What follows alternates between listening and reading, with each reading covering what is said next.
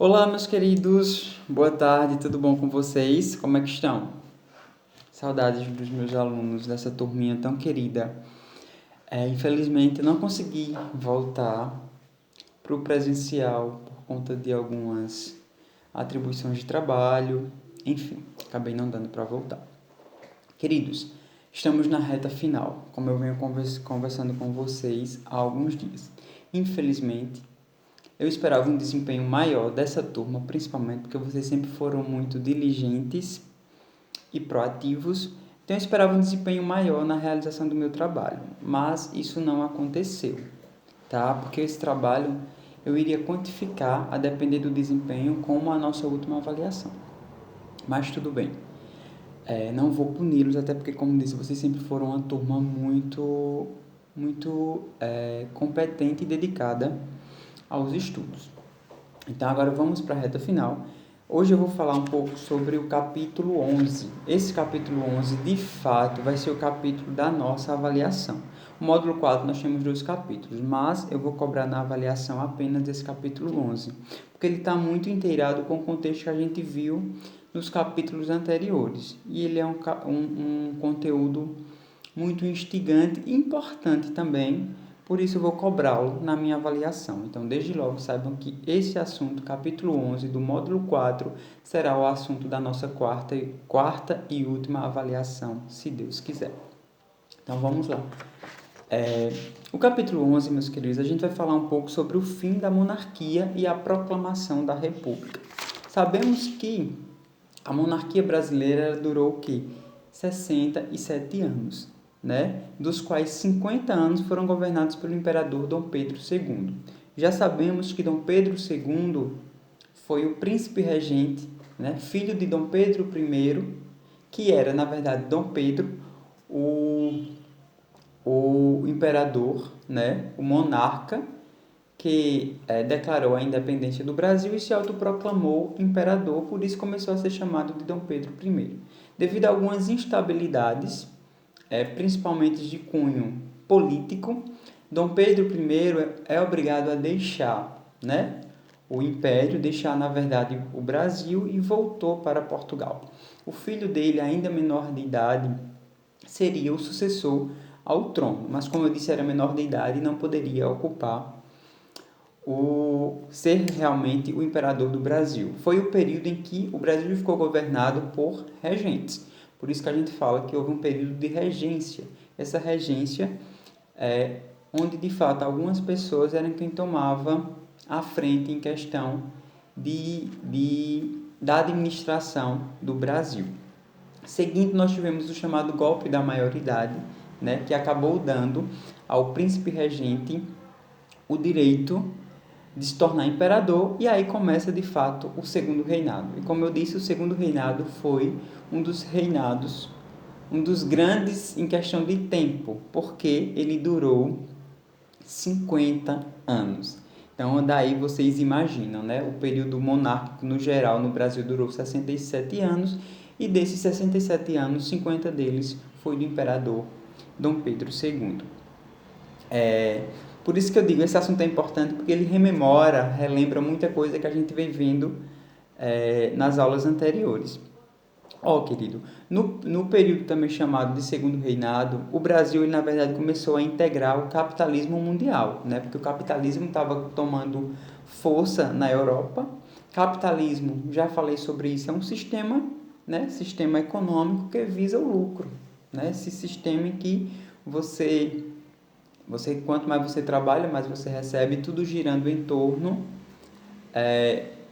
do lucro. Não se preocupa, na verdade, com a situação em si da sociedade. A preocupação realmente é para o desenvolvimento econômico. Por isso que o capitalismo recebe várias críticas. Então, nesse período de Segundo Reinado, o Brasil, sofrendo influências de países que já estavam com um capitalismo muito presente, principalmente por conta do processo de industrialização europeia, né, em relação à Revolução Industrial, onde tivemos o surgimento de máquinas que vai substituir aqueles produtos manufatureiros, aquela produção de forma muito manual. Então, com a chegada das indústrias, tudo muda, né? E o desenvolvimento industrial traz consigo também o capitalismo. Então, isso trouxe algumas mudanças econômicas para o mundo e, é claro, também para o Brasil, que não poderia ficar afastado desse contexto, querendo ou não, todos os países acabam sendo devidamente influenciados. Ao longo do século XIX, o Brasil recebeu grandes investimentos e empréstimos também estrangeiros, principalmente da Inglaterra. Esses empréstimos eram capital, tá, para que o Brasil pudesse investir.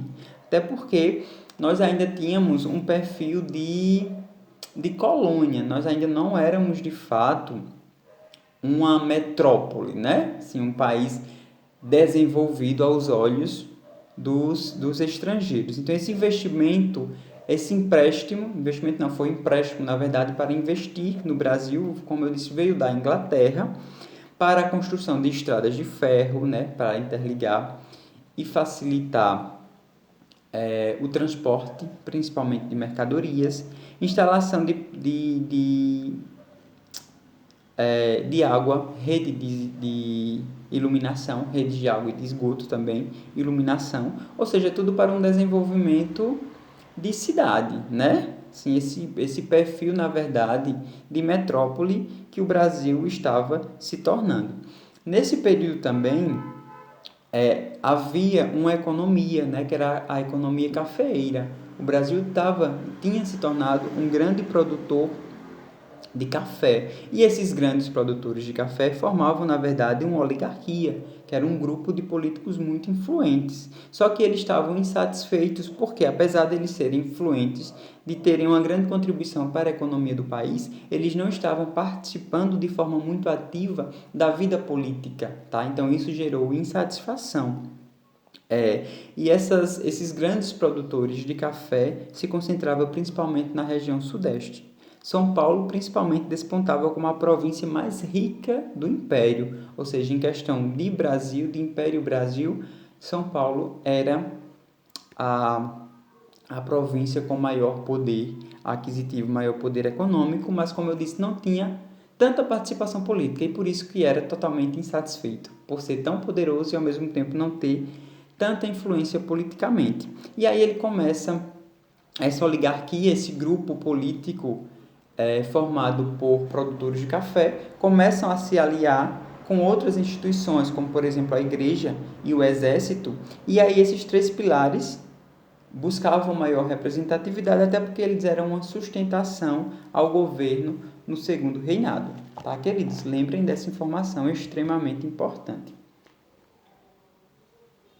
Com o processo de industrialização no mundo, né, principalmente inicia-se, na verdade, na Europa, quando as máquinas chegaram, na verdade, a máquina a vapor, facilitando a produção e acelerando, inclusive, a produção, trouxe benefícios, claro, mas também trouxe prejuízos. Por quê? Porque a mão de obra começou a ser substituída, ou seja, a mão de obra humana, se eu precisava ter numa fábrica, digamos, 10 empregados, 20 empregados, agora com a máquina eu vou precisar de 2, que são suficientes para administrar o controle daquela máquina. Então, a Revolução Industrial, quando ela chega, provoca várias mudanças, claro, mas ao mesmo tempo trouxe todos esses prejuízos. O desemprego ele cresceu de forma acelerada, assim, de forma avassaladora.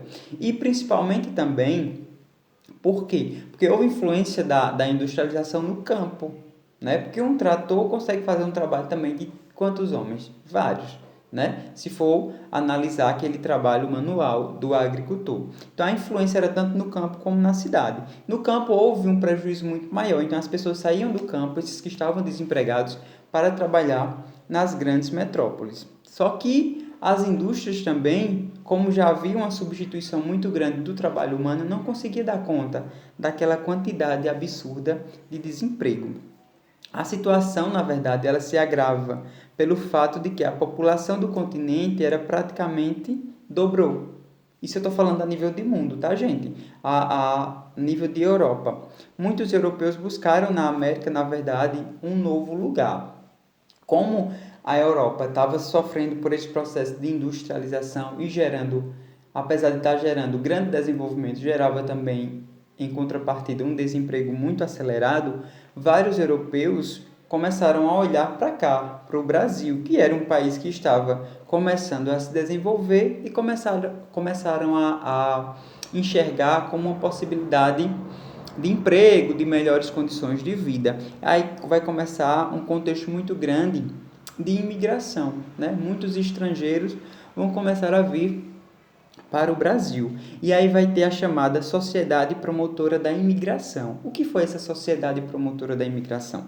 Queridos, dentro de todo esse contexto também, nós vamos caminhar para o fim do processo de escravidão, né? Então, com o fim da mão de obra escrava, os cafeicultores paulistas, né, os grandes proprietários das fazendas e produtores de café estavam precisando o quê? De mão de obra, porque agora a mão de obra escrava estava sendo proibida e eles precisariam de pessoas para trabalhar na produção das lavouras de café. Aí é que funda-se, na verdade, essa sociedade promotora de imigração para captar, para trazer pessoas de outros países para trabalhar nas lavouras de café. No entanto, havia um problema. Por quê? Porque os produtores de café brasileiros, acostumados com a mão de obra escrava, eles queriam pagar salários pequenos e a qualidade de vida também do empregado era muito precária. Então, isso houve uma dificuldade muito grande, porque ninguém queria vir trabalhar em situação, num contexto de trabalho, vamos dizer assim, tão desumano, tá? Então, isso também foi um obstáculo. Apesar da necessidade de mão de obra que o Brasil estava tendo, as condições ainda eram precárias. Por quê? Porque eles eram acostumados com a mão de obra escrava e agora eles teriam que pagar salários, teriam que ofertar uma melhor qualidade para atrair essas pessoas para o Brasil. A realidade nas fazendas de café era bem diferente do que imaginavam muitos estrangeiros nos países da Europa, tá? Em pouco tempo, a notícia de péssimas condições de vida e de trabalho no Brasil se espalhou por toda a Europa e a maioria preferiu imigrar, na verdade, para a América do Norte do que para a América do Sul, onde o Brasil está localizado. Os europeus que imigraram para as fazendas de café na década de 1880 eram em geral italianos. Recebemos uma demanda muito grande de italianos nesse período, tá? Cada família era contratada, gente, por um sistema chamado de colonato. O que era esse colonato? Colonato era quase que não sai. Colonato era uma espécie de contrato, tá? Digamos que eu era um grande produtor, quem me dera ser um grande produtor de café. Então, eu iria, na verdade, fazer um contrato com vocês, certo? Em que vocês iriam trabalhar e parte da produção, do lucro, na verdade, era meu. O colonato era um tipo de contrato em que o trabalhador recebia um lote de terra para plantar e um salário anual, certo? O colono ficava obrigado a entregar, ao fazendeiro metade do lucro produzido, do líquido da venda da safra do café plantado. Então, era um empréstimo, uma espécie de empréstimo. Eu ia emprestar determinada porção de terra para que vocês plantassem e metade do lucro, na verdade, seria do dono da terra. Certo, meus queridos? Eu vou dar uma pausazinha rápida nesse vídeo para mim conseguir postar, porque o YouTube está tendo uma certa demora e eu volto já.